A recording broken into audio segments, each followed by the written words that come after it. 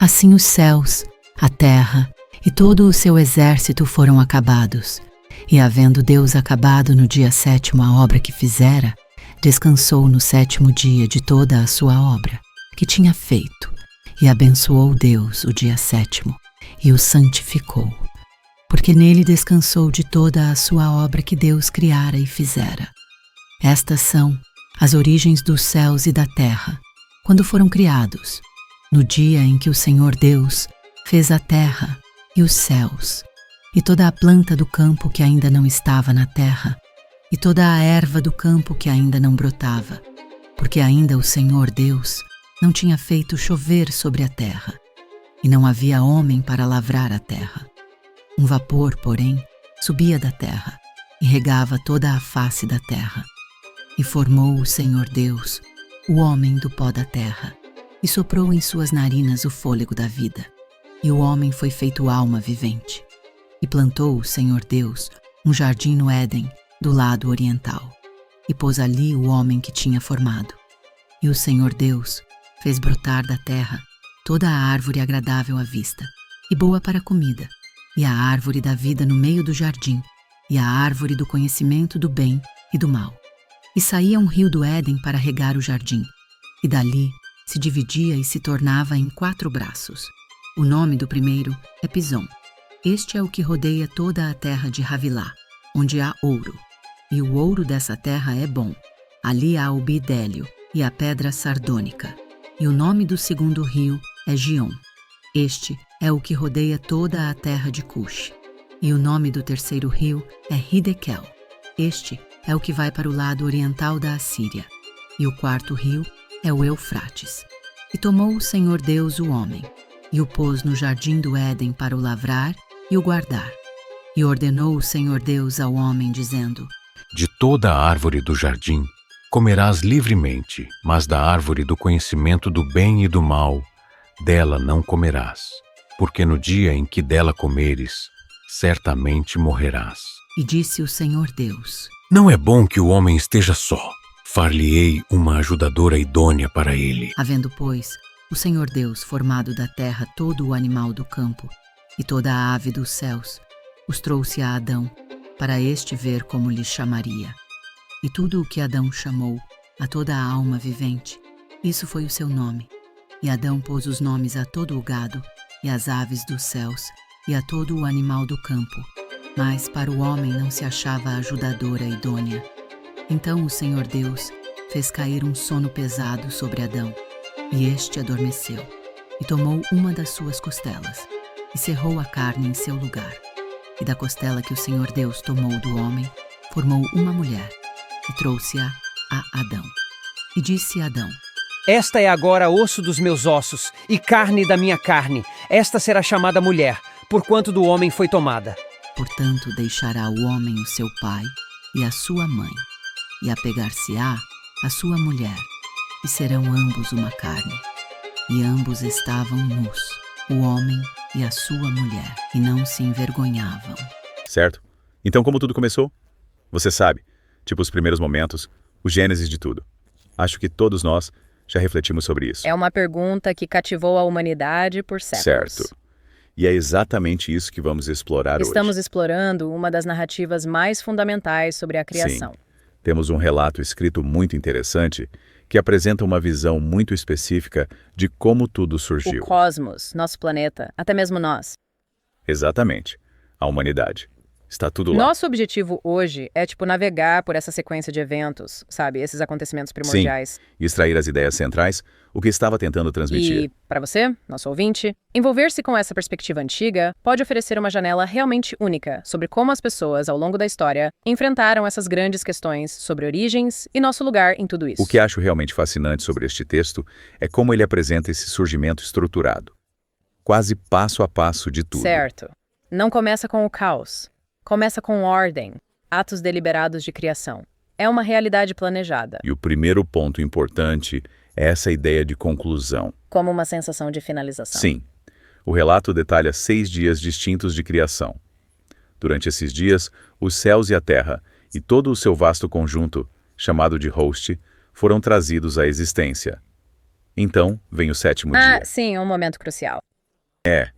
E este dia não foi para mais criação, mas para descanso. E é aqui que se torna realmente interessante. O sétimo dia é abençoado, santificado, especificamente por causa dessa cessação divina do trabalho. Um ritmo, sabe, estabelecido bem no início de tudo. É um conceito que realmente o diferencia de muitos outros relatos antigos de criação. Nessas histórias, você frequentemente vê representações de atos criativos contínuos. Mas aqui, a ideia é diferente. O poder divino culmina e encontra a conclusão. Não está perpetuamente em movimento, e isso teve uma influência duradoura em como tantas culturas veem o equilíbrio entre trabalho e repouso. Agora, vamos tentar imaginar, antes dessa ordem estabelecida, como era a Terra. Não é fascinante?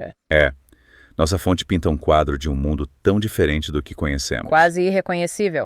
Sem plantas cultivadas, sem chuva. E, crucialmente, nenhum humano para cultivar a terra. É descrito como este estágio primordial e não desenvolvido. Precisamente. O texto enfatiza que o que se segue é um ato deliberado de trazer à tona vida e estrutura.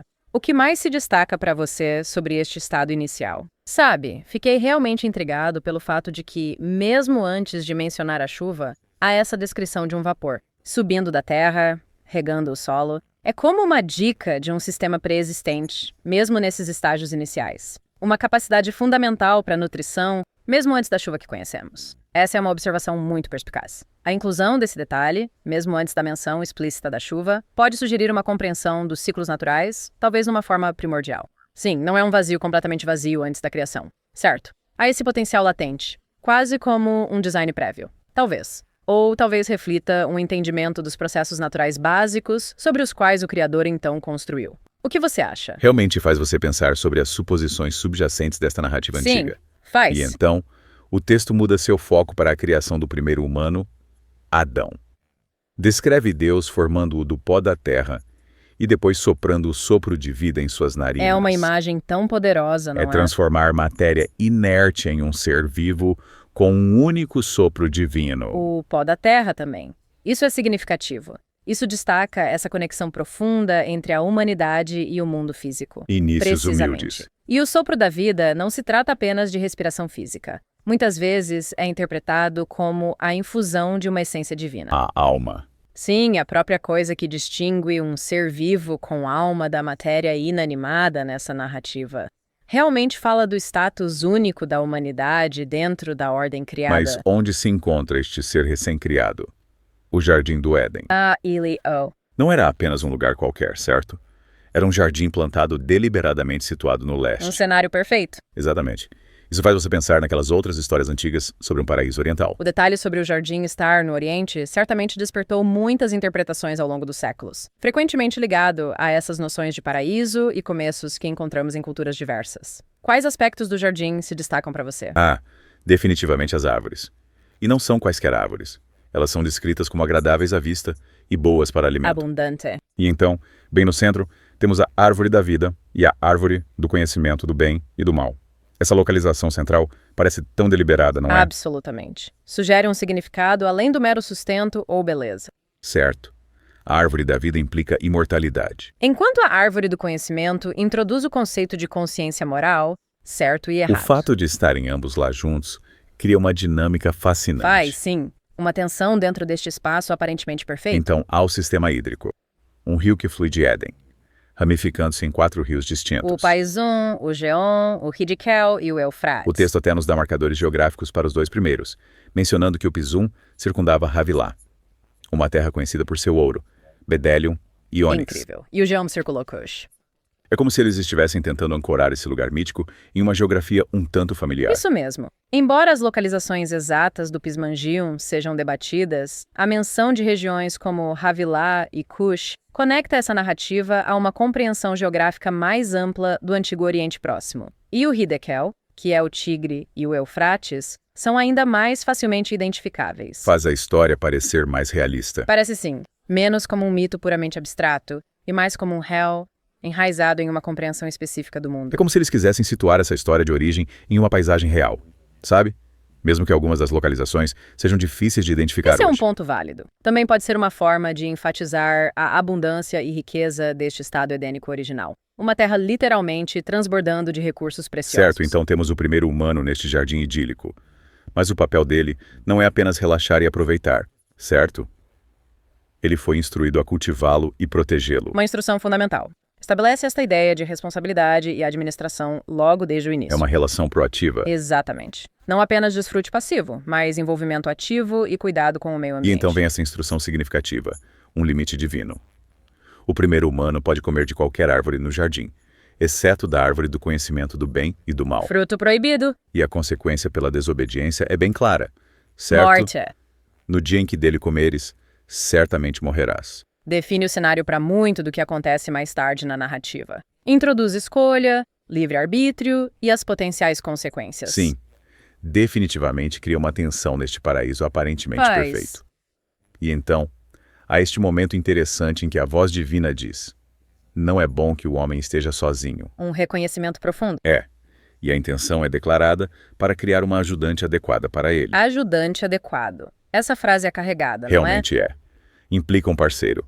Alguém que pode fornecer o que o primeiro humano carece por conta própria. Companheirismo. Apoio Exatamente. mútuo. Isso estabelece o cenário para um tipo muito específico de relacionamento. Mas antes de chegarmos à criação da primeira mulher, há este interlúdio fascinante. Todos os animais, tanto do campo quanto do céu, são criados a partir da terra, Levado diante do primeiro humano para ser nomeado. como um desfile divino. E qualquer nome que o primeiro humano deu a cada criatura, esse se tornou seu nome. Imagine essa tarefa. Provavelmente você ficaria sem nomes criativos bem rápido. Acho que eu faria. Este ato de nomear é frequentemente visto como um exercício de domínio, certo? Uma maneira fundamental de categorizar e entender o mundo natural. É uma expressão do intelecto humano. Nossa capacidade para a A linguagem. imposição de ordem. Precisamente. O que mais te impressiona em todo este processo? Que mesmo após nomear todo o gado, as aves, os animais selvagens, nenhum ajudante adequado foi encontrado. Isso realmente destaca que esse companheiro pretendido precisava ser algo diferente, alguém mais parecido com ele. Alguém que pudesse compartilhar esse domínio. Isso aponta para um nível mais profundo de ser compartilhado, não diria? Absolutamente. Então, para criar esse companheiro, o primeiro humano é colocado em um sono E profundo. durante este sono... Uma costela é tirada dele. Uau! E a partir dessa costela, a primeira mulher é formada. É um processo muito específico e, admito, um pouco misterioso. É sim. O simbolismo da costela tem sido interpretado de várias maneiras. Quem se importa? Muitas vezes, para destacar a relação próxima e a essência compartilhada entre homem e mulher, e o sono em si, bem, pode ser visto como um ponto de transição necessário. Uma pausa antes deste ato de criação, profundamente significativo. E quando a primeira mulher é apresentada a ele, a reação do primeiro ser humano é incrível. Ele diz: esta é agora osso dos meus ossos e carne da minha carne. Ela será chamada mulher porque foi tirada do homem. É um momento de puro É reconhecimento. uma declaração de conexão. Identidade compartilhada. Realmente uma origem compartilhada. E a nomeação da mulher a liga diretamente ao homem. Isso enfatiza a conexão inerente deles, sua interdependência desde o Isso início. leva diretamente à afirmação sobre um homem deixar seu pai e sua mãe para unir-se à sua esposa. E os dois se tornarem uma só carne. A instituição do casamento, um alicerce fundamental da sociedade humana. Uma união que cria algo totalmente novo. E a narrativa Sim, conclui essa faz. sessão com a observação de que tanto o homem quanto a mulher estavam nus e não sentiam vergonha. Inocência. Pura inocência. É uma imagem de um tempo antes da culpa, antes da autoconsciência, antes dos construtos sociais de modéstia. Harmonia consigo mesmos e uns com os outros, sem o peso das complexidades que surgem mais tarde. Certo? Vamos recapitular o momento. Nós cobrimos os 6 dias da criação, seguidos pelo sagrado dia de descanso. Falamos sobre o estado inicial da Terra, a criação única de Adão do pó, o Jardim do Éden com suas árvores e rios especiais, o papel da humanidade como guardiã, aquela proibição crucial, a necessidade de companhia, a nomeação dos animais, a criação de Eva da costela de Adão, o estabelecimento do casamento e aquela imagem final poderosa da nudez inocente. Uau, isso é bastante. É realmente notável quando está incluído nessa narrativa. Ela aborda a cosmologia, as origens da vida, geografia, humanidade, estruturas sociais. Tudo em um relato relativamente É conciso. densamente estratificado. E para você, nosso ouvinte, este mergulho profundo nesta antiga narrativa da criação nos mostra há quanto tempo os humanos contemplam essas questões fundamentais sobre nossas origens e lugar no universo. Este relato oferece uma estrutura muito específica para entender esses começos.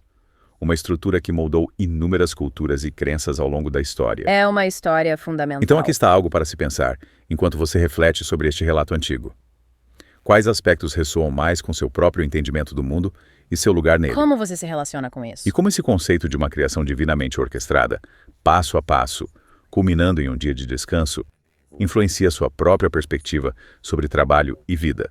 Algo para refletir. Certamente é. Bem, esse é todo o tempo que temos para um mergulho profundo de hoje. Obrigado por ouvir. Foi um prazer explorar isso com você.